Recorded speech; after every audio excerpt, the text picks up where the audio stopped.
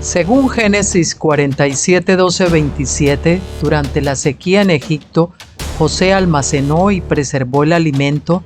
Para subsistir, la gente tuvo que venderlo todo y, al fin, incluso a sí mismos. Ese es el precio de vencer. Así es en este tiempo del fin, donde conseguir el alimento para entrar al reino y conquistar nuestra tierra, que es Cristo, formado en nosotros, nos costará renunciar a todo, incluso a nuestra propia vida.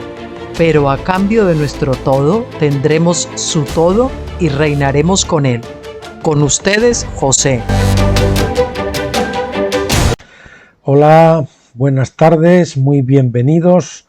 Hoy es lunes 25 de julio y aquí estoy dispuesto para comenzar una nueva semana con todos ustedes. Espero que ustedes estén dispuestos también a comenzarla conmigo. Y bueno, pues estamos, ya saben, lunes, toca estudio de Apocalipsis. Hoy vamos a ver solo un capítulo, aunque va a ser un vídeo corto, y dejaremos ya los dos últimos para mañana y con eso vamos a concluir y a cerrar el libro del sexto libro del Dr. Stephen Jones, de este estudio comentario de Apocalipsis que estamos haciendo, ya saben, un estudio bastante exhaustivo, versículo a versículo, y atentos porque este capítulo de hoy y los dos que vienen pues son capítulos donde ustedes van a ver los tiempos que estamos viviendo, las instituciones que conocemos todos, los eventos históricos que estamos contemplando ahora con nuestros ojos y no hace tan tarde y casi en este mismo momento. Y bueno, los vemos entroncados en el libro de Apocalipsis y cómo Apocalipsis, todas estas cosas, de alguna manera, para el que tiene los ojos abiertos, como el doctor Stephen Jones, y el Señor le da la gracia de la revelación, pues estaban ahí, pues de alguna manera enunciadas, ¿verdad? Sutilmente, pero ahí estaban. Y bueno, pues vamos entonces hoy con el capítulo 14, que se titula Las séptimas copas derramadas en 2006. Ya saben que el equipo de Stephen Jones se dedican a hacer, o estuvieron este tiempo, pues derramando estas copas con su equipo en la aplicación del Apocalipsis a los tiempos actuales. Bien, el primer día de tabernáculos, el 7 de octubre de 2006, unas 35 personas vinieron a Babilonia, Nueva York, como testigos cuando derramé las séptimas copas de agua y vino. De hecho, fui llevado a derramar agua y vino en 4 cementerios diferentes en esa área, 2 cementerios católicos, uno judío y uno en el cercano cementerio de Amityville, la ciudad Amityville, no sé cómo se dirá eso. La ciudad se ha hecho famosa por la película de Amityville Horror. Bueno, Amityville es sagrada para las brujas de la Wicca porque fue donde el padre de la Wicca moderna, Ray Buckland, difundió la brujería por todo el mundo. Buckland y Melissa Joan Hart, propietaria y productora del programa de televisión Sabrina de Teenage Witch, popularizó la brujería hace algunas décadas. Bueno, saben que eso quiere decir Sabrina, la bruja adolescente. Obtención de causa legal contra Babilonia. El 4 de junio de 2005, la hija de un amigo aquí en Minnesota se quitó la vida después de tomar pastillas recetadas para la depresión. Su nombre era Ana. Había sido profesora de música en el Queens College y su funeral fue en su iglesia First Presbyterian of Babylon, o sea, la primera presbiteriana de Babilonia, Nueva York. Luego tuvo un segundo funeral en Mankato, Minnesota, al que asistimos mi esposa y yo por invitación de su madre. Ya habíamos recibido nuestro primer testimonio 2 meses antes de que íbamos a derramar la séptima copa en Babylon, Nueva York, pero en el funeral, cuando el ministro oficiante habló de Babylon, New York, o New Jersey, no sé qué será eso, perdónenme, sabíamos que allí se estaba revelando algo importante. Me sentí lo suficientemente fuerte como para decirle a su madre que creía que su hija representaba a todos los creyentes a lo largo de los siglos, que han vivido y muerto en Babilonia sin ver la liberación. También le dije que sentía que la muerte de su hija, en 2005, de alguna manera nos proporcionaría la causa legal para actuar contra Babilonia en 2006. 6 meses después del funeral, en diciembre de 2005, el Señor nos dijo que la séptima copa se derramaría el 7 de octubre de 2006, primer día de tabernáculos, como testimonio de la caída de Babilonia. Esto se apartó del patrón habitual de derramar la copa en el último día de tabernáculos. Una semana más tarde, al final de tabernáculos del 13 al 15 de octubre de 2006, celebraríamos nuestra conferencia de tabernáculos. El 20 de mayo de 2006, la razón de este cambio se hizo evidente, cuando descubrí que estaríamos derramando la séptima copa sobre Babilón en Babilón, New York. Bueno, supongo que será New York. Precisamente 490 días después de que Anne se quitara la vida en Babilón, New York. El ciclo de tiempo de 490 días se explica en Mateo 18:22 como un tiempo de perdón, después del cual el rey lleva a sus siervos a rendir cuentas por la deuda. Capítulo 18, versículos 23 a 24. Babilonia se había negado a liberar a sus cautivos. Esta fue de hecho la razón de las 7 copas de vino que se derramaron sobre Babilonia entre el 2000 y el 2006. El equipo de Stephen Jones cada año iban derramando, según el Señor les iba diciendo, unas copas. El ciclo final de 490 días que condujo a la séptima copa de vino nos mostró la causa legítima que Dios tenía contra Babilonia. Así, al final de los 490 días, el 7 de octubre de 2006, Babilonia la Grande fue recordada delante de Dios. Apocalipsis 16:19. Hecho está.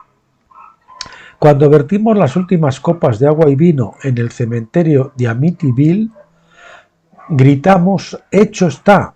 En otras palabras, pronunciamos las palabras del séptimo ángel en Apocalipsis 16:17. En Apocalipsis 16:17.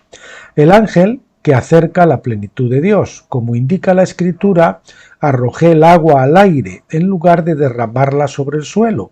Entonces supimos que los decretos contra Babilonia habían terminado y el juicio estaba establecido. Solo sería cuestión de tiempo antes de que todo el sistema babilónico cayera delante de los reyes del Oriente, que como saben, en su versión actual es el papel que están asumiendo Rusia y China. Rusia actuando en el papel de Darío de Media y China en el papel de Ciro el Persa. El fin de semana siguiente al final de la fiesta de tabernáculos de 2006, fuimos a Reading, donde llevamos a cabo nuestra conferencia de tabernáculos en el Hotel Abraham Lincoln. El tema de la conferencia fue ¿Dónde está el Espíritu del Señor? Allí hay libertad. Había sido mi práctica normal en nuestras conferencias de tabernáculos tomar una sesión para explicar el significado de cada copa de agua y vino para darle a la gente una idea de lo que Dios estaba por hacer en el próximo año. En Reading, Pensilvania, les dije que el juicio divino ya estaba establecido y que deberían esperar ver el comienzo del colapso de Babilonia dentro del próximo año, es decir, antes de octubre de 2007. Les advertí específicamente que este colapso se vería en los mercados financieros porque Babilonia estaba alimentada por dinero del sistema financiero. Por el dinero del sistema financiero. El terremoto. Apocalipsis 16:18 dice: Hubo relámpagos y sonidos y truenos, y hubo un gran terremoto, cual no lo ha habido desde que el hombre vino a estar sobre la tierra. Tan grande fue el terremoto y tan poderoso. Esta descripción es similar a la que encontramos en Apocalipsis 8:5, cuando las 7 trompetas anunciaron el derrocamiento del Imperio Romano entre el 410 y el 476 después de Cristo. Allí tampoco el trueno, el relámpago y el terremoto no fueron literales, sino que representaron eventos trascendentales. La misma terminología se usa para la caída de Babilonia. El terremoto que destrozó al Imperio Romano fue un cambio sísmico en la historia occidental. O sea, un cambio sísmico, es una comparación, una metáfora, en la historia occidental. Pero el que sacudirá Babilonia es un terremoto aún mayor que cambiará el mundo, ya no solo el Imperio Romano, sino el mundo entero, porque el sistema babilónico ahora abarca el mundo entero. El actual es un sistema mundial que está siendo sacudido y el resultado, según Ageo y el libro de Hebreos, es que cuando el zarandeo sea completo, solo el reino de Dios permanecerá en pie, porque es el único reino hecho de aquellas cosas que no pueden ser conmovidas. Hebreos 12:27. Si bien la metáfora es de un terremoto físico, es claro que los profetas hablaron de algo enorme que sacudirá al mundo entero. Entonces, ven ustedes que en estos últimos años, desde el inicio del siglo, desde las Torres Gemelas, la crisis del 2008, la crisis que está por producirse, los eventos de la pandemia, que si patatín, que si patatán, todos estos líos de Ucrania, en Siria, anteriormente, todo esto, pues sabemos que es el Señor que está operando para derribar el sistema babilónico y que está empleando fundamentalmente a China y a Rusia para hacerlo. La crisis financiera. En julio del 2007, la crisis de las hipotecas de alto riesgo golpeó a la nación. Fíjate que ellos derramaron las copas en 2006 y Stephen Jones, el doctor, les anunció que el año siguiente se iban a ver efectos en el sistema financiero y aquí están ocurriendo ya. La crisis de las hipotecas de alto riesgo golpeó a la nación, aunque según la película The Big Short, que quiere decir el gran corto, perdón, ahí lo quise traducir y lo puse lo mismo, el gran corto, ya saben que esto se refiere a apostar en corto en la bolsa, que se estrenó algunos años después. El problema comenzó, es decir, en corto creo que es a la baja, si no estoy confundido, es como una apuesta a que pues los valores van a caer y entonces pues hay algunos que lo apuestan y entonces ganan dinero de esa manera, ¿no? No me digan que se lo explique con mayor claridad porque yo mismo no lo entiendo bien. Sin embargo, me di cuenta de eso en julio y entonces comprendí que este era el comienzo del colapso de Babilonia. O sea, el comienzo del colapso fue en julio de 2007 con la crisis de las hipotecas de alto riesgo. Ahí comienza. En última instancia, la crisis de las hipotecas de alto riesgo de 2007 condujo a la crisis bancaria de septiembre de 2008, cuando Lehman Brothers, AIG, Fannie Mae y Freddie Mac colapsaron y luego fueron rescatados con dinero de los contribuyentes. Fueron rescatadas, que son empresas, vamos a poner rescatadas. Estaba claro para mí, rescatados creo que más bien, porque está hablando de bancos, con dinero de los contribuyentes. Estaba claro para mí que esta crisis financiera no se resolvería con el rescate de los contribuyentes. El rescate y otras cantidades masivas de dinero que se arrojaron al desastre no resolvieron el problema financiero subyacente que causó dicho colapso. La flexibilización cuantitativa, que ustedes saben que es darle a la máquina de imprimir, en este caso son asientos contables, pero es lo mismo, dinero de la nada, posterior, la flexibilización cuantitativa posterior, una frase elegante para imprimir más dinero que inyectara la economía mediante el gasto deficitario. Hizo que el mercado de valores volviera a sus máximos anteriores, pero no hizo nada para resolver el problema fundamental. Así que supimos que a Babilonia se le había dado un indulto, es decir, un tiempo para arrepentirse, pero la profecía indicaba que Babilonia no se arrepentiría, iba a ser destruida y reemplazada por un nuevo sistema financiero defendido por los reyes del Oriente. En última instancia, incluso este nuevo sistema financiero será reemplazado a medida que el reino de Dios se extienda por todo el mundo. Bueno, en Babilonia, saben ustedes, en el que es el patrón profético antiguo, pues entraron por las puertas que se dejaron abiertas de par en par y no hubo una guerra en sí, como diríamos hoy, sin pegar un tiro, y simplemente llegaron allí a la fiesta que estaba haciendo Belsasar, cuando lo de la escritura en la pared y todo eso, y lo capturaron, pues lo ejecutaron y se adueñaron de Babilonia. Y pues bueno, China y Rusia y otros países pues se han dado cuenta de que Estados Unidos estaba abusando de su dominio del dólar como reserva mundial y con esas sanciones y demás, y todo el mundo se ha dado cuenta pues que hoy le ha tocado a este y mañana pues me puede tocar a mí. Entonces ya no se fían de Estados Unidos y están hartos también de pagar, en el mundo entero tener que pagar con ese sistema pues todas las juergas alegres de gastos de guerra de Estados Unidos y todos los dispendios de Estados Unidos, pues en todas esas cosas, como saben, la ideología de género, el feminismo y pues todas esas cosas que nos quieren meter por la fuerza, la calentología y que si patatín, que si patatán. Bueno, avanzamos. La ciudad dividida en tres partes. El terremoto dice que la ciudad antigua la dividió en tres partes y vamos a ver cómo se aplica eso en el terremoto actual, que es el terremoto financiero, político y económico, y religioso también, que está sacudiendo al mundo.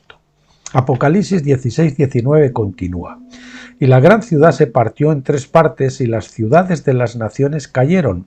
Y Babilonia la grande fue recordada delante de Dios para darle la copa del vino del furor de su ira. Parece que Dios está siguiendo el principio de divide y vencerás. Dado que Babilonia ha gobernado sobre todas las naciones, ya sea directa o indirectamente, estaba claro que los acontecimientos harían que ciertas naciones se rebelaran contra el dominio babilónico. Ya se nos dio una fuerte pista de esto en Apocalipsis 16-12, que menciona a los reyes del Oriente. Estos rebeldes contra Babilonia han surgido hoy como China y Rusia, junto con su creciente número de aliados. El tercer grupo en la división de Babilonia puede ser el de aquellos que tratan de mantenerse al margen de la guerra financiera para poder sobrevivir. Sin embargo, es posible que esto se refiera a las naciones del reino que surgirán después de que haya ocurrido el gran derramamiento del Espíritu Santo, que estamos esperando y tan profetizado, ¿verdad? El gran derramamiento, o el último gran avivamiento, como le suelo llamar, del Espíritu Santo. Ciertamente, el reino de Dios pronto se convertirá en un factor importante en todo esto, pero no está claro si es la tercera división de la ciudad o no. Si es así, entonces entenderíamos que Dios ha comenzado a forjar su reino a partir de la gran ciudad de Babilonia y a reclamar un territorio que le pertenece por derecho.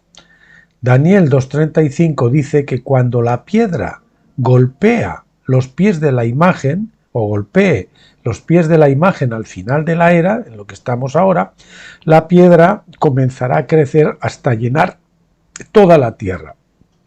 Obviamente el reino de la piedra se hará cargo de los activos de Babilonia, aunque no de todos a la vez. Es decir, la riqueza de Babilonia va a pasar al reino. Hay que dejar tiempo para que los reyes del Oriente hagan su obra y también para que se conviertan e incorporen al reino de Dios. Ustedes saben que, pues así como Ciro y Darío, pues en un principio no se convirtieron, pero, o por ejemplo, como en el caso de Nabucodonosor, pues ellos financiaron y ayudaron a que el reino de Dios se estableciera, porque después fueron los que permitieron pues al pueblo de Dios que estaba exilado en Babilonia regresar a Jerusalén, y les financiaron pues a Nehemías para construir la muralla, y al otro a Esdras para levantar el templo, etcétera, etcétera, etcétera. Apocalipsis 16:20. Y así, bueno, en esa tesitura, o siguiendo ese patrón, pues los reyes del Oriente van a apoyar y van a financiar el establecimiento del reino de Dios. Apocalipsis 16:20 dice: y toda isla huyó y los montes no fueron hallados. Una vez más, esto no es literal. En un terremoto literal de gran magnitud uno podría esperar ver desaparecer islas enteras e incluso caer montañas, pero estos representan naciones de varios tamaños,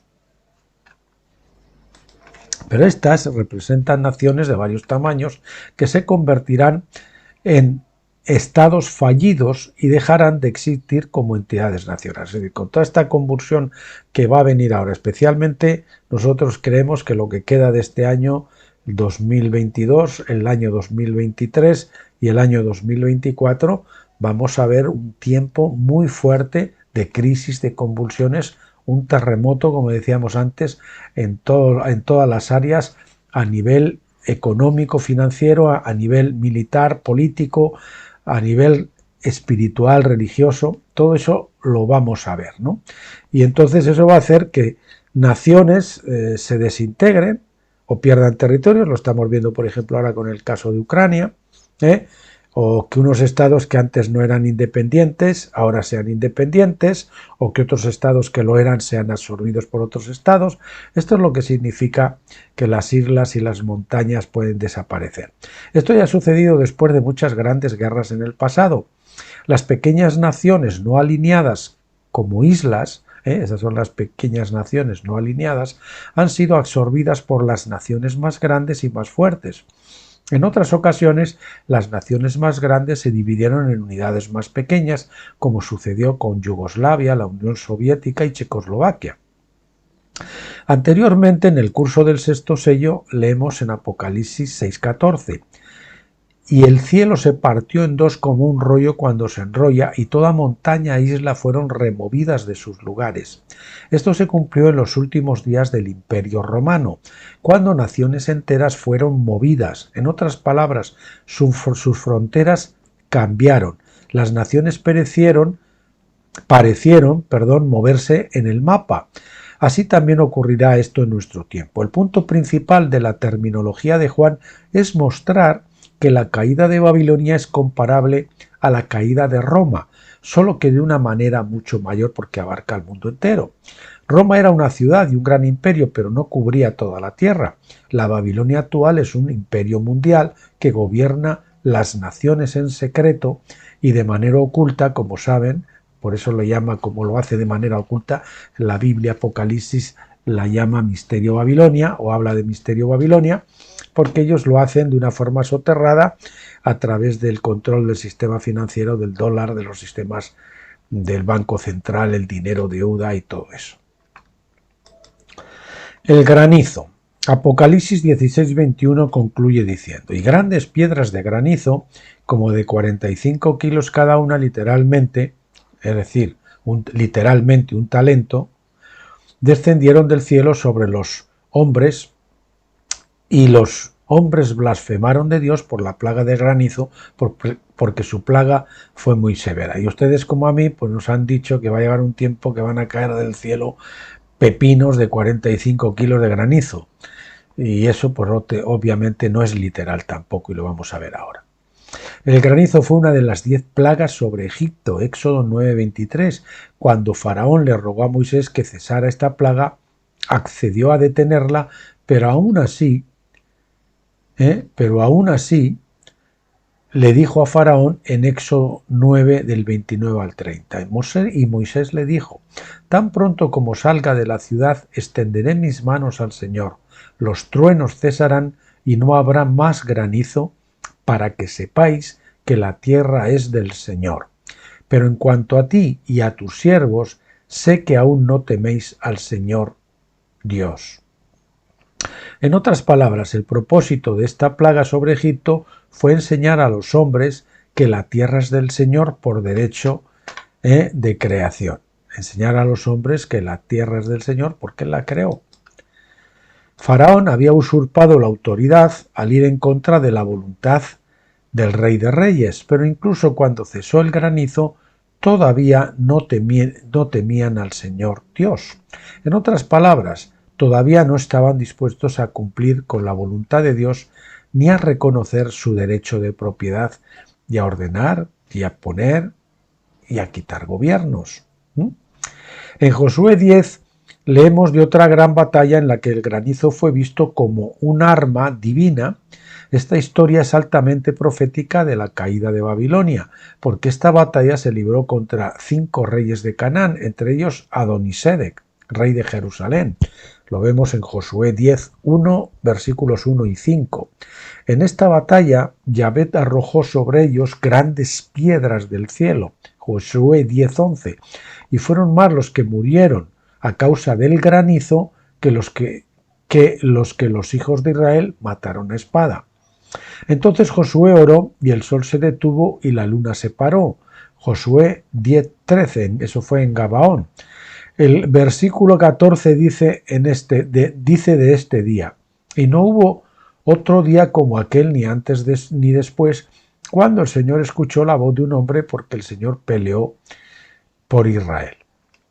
Ese día fue muy importante, ya que sentó un precedente profético para el fin de la era, no solo por el granizo, sino por el hecho de que los enemigos de Israel tenían el control de Jerusalén.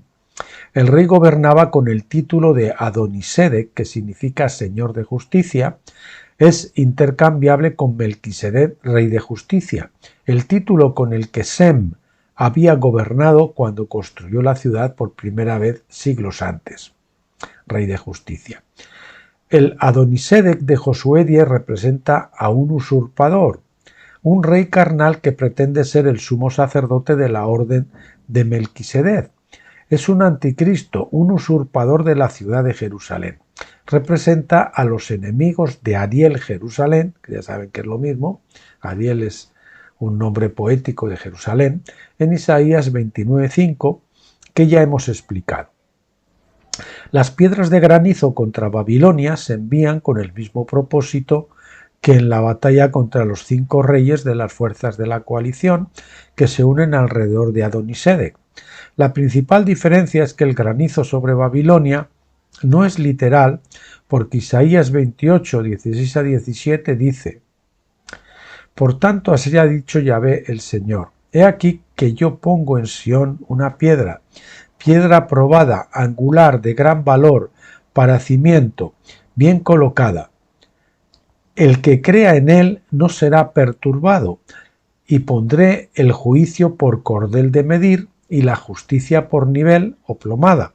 Entonces el granizo barrerá el refugio de la mentira y las aguas inundarán el lugar secreto. Aquí tenemos la clave de lo que puede hacer el granizo, que es barrer el refugio de la mentira, y suponemos que eso será sacándola a la luz y mostrando la verdad. El granizo representa la verdad de la palabra de Dios, que expone todo lo que es secreto u oculto del misterio Babilonia. El Señor levanta las faldas de la gran ramera para que todos vean sus fechorías. Cuando llega a misterio Babilonia, las mentiras son expuestas a la luz de la verdad por el granizo, entre comillas, divino. Este granizo es el cordel de medir y la plomada por la cual se mide la verdad. Todo esto está profetizado en el contexto de Cristo, la principal piedra del ángulo, siendo colocada como el fundamento del nuevo templo en Efesios 2:20 y en Primera de Pedro 2 del 5 al 6. Entonces vemos que la falsa orden de Melquisedec será reemplazada por los vencedores, que hablan la verdad, y los creyentes en general, quienes son piedras vivas y columnas en el verdadero templo que se construye sobre el fundamento de Jesucristo. Ese es el templo actual. La otra, eso que estábamos estudiando del granizo, era en el fundamento, se decía, hemos visto que era en el contexto del nuevo templo o del templo, y aquí el templo pues es el de la nueva Jerusalén de los vencedores. La verdad prevalecerá y destruirá la ciudad de misterio Babilonia, que en este caso es más grande, se llama ciudad pero abarca la tierra completa. Esta verdad está representada por el agua que se vierte junto con el vino. La verdad va acompañada de la efusión del Espíritu Santo que prepara el camino para el regreso de Cristo. Ahí tenemos ese último gran avivamiento del que estamos hablando. Al final, la tierra reconocerá su derecho a gobernar, el derecho de Jesús, pero mientras tanto blasfeman de Dios por la plaga del granizo. La mente carnal odia la verdad y lucha contra ella, y vemos cómo está saliendo hoy en la actualidad cantidad de verdad. Vemos como ya los medios oficiales controlados por Misterio Babilonia, BlackRock y compañía, no cree en ellos ya nadie, el 11% de la gente nada más, y eso sí, todavía desgraciadamente como la gente se informa por los medios y la televisión, pues hay muchos países como en España que muchos todavía siguen tragándose lo que les meten por la televisión, pero de todas formas hay cada vez más gente que está despertando y abriendo sus ojos porque el Señor está mostrando, levantando las faldas de Misterio Babilonia y está sacando a la luz la verdad. La mente carnal odia la verdad y lucha contra ella porque, como dijo Jesús, los hombres amaron más las tinieblas que la luz porque sus obras eran malas. Juan 3:19. La verdad exponiendo las mentiras babilónicas nos lleva al final de Misterio Babilonia y al surgimiento del reino de Dios. Estamos ahora viendo cómo emerge el reino de Dios. Los detalles de la caída de Babilonia, con más pormenores reveladores, se dan en los próximos 3 capítulos del libro de Apocalipsis. Así que no se preocupe, no estamos asistiendo al triunfo del nuevo orden mundial de los globalistas de Babilonia. Estamos asistiendo precisamente a lo contrario, a su derrota y a su caída, y lo estamos viendo todos los días ocurrir alrededor nuestro, por mucho que ellos gritan y vociferan mentiras en los medios de comunicación. Ellos saben que están perdidos, saben que han perdido la guerra, y sin embargo están haciendo la política de campo quemado y tratando, como sea, de tratar de provocar la tercera guerra mundial para de alguna manera así poder continuar en el poder. Pero Dios ha determinado ya, ha decretado que su tiempo ha terminado y que se tienen que ir. Y esperamos pronto verles juzgados y entre rejas y que el Señor derrame su fuego, el bautismo de fuego sobre ellos para arrepentimiento, porque sabemos que el Señor ha muerto por todos. Y ellos también, no sé si en esta vida o después en la siguiente, serán transformados como todos los demás. Que Dios les bendiga mucho y mañana, recuerden, terminamos este libro 6 de Apocalipsis y comenzaremos en la semana siguiente, Dios mediante, con el 7º, después será el 8º, como les digo, son 8 libros, nosotros hemos empezado a estudiar a través del primero por el 5º, y entonces cuando lo acabemos, hemos hecho al revés primero la segunda mitad, pues veremos las 4 primeras partes, si Dios lo permite. Bueno, pues ya saben, como siempre, pórtense bien, sean buenos chicos y chicas, y mañana, Dios mediante, nos vemos las caras de nuevo. Entre tanto, que Dios los bendiga y los cuide a todos.